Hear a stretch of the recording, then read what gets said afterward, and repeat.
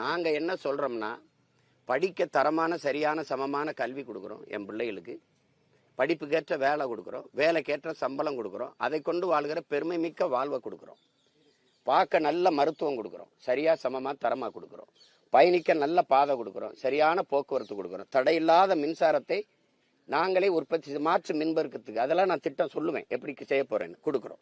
இப்போ இந்த எரிகாற்றுக்கெல்லாம் பெரிதொருத்தனை சார வேண்டியதில்லை. நான் உலகத்துக்கு ஏற்றுமதி செய்கிறேங்கிறேன். என்னோட ஆடு மாட்டு கழிவிலை, மக்கிய இலதலை கழிவிலையும் நான் அந்த உயிர் காற்று இந்த எரிகாற்றை பயோகேஸை எவ்வளோ வேணாலும் தயாரிச்சிக்க முடியும்.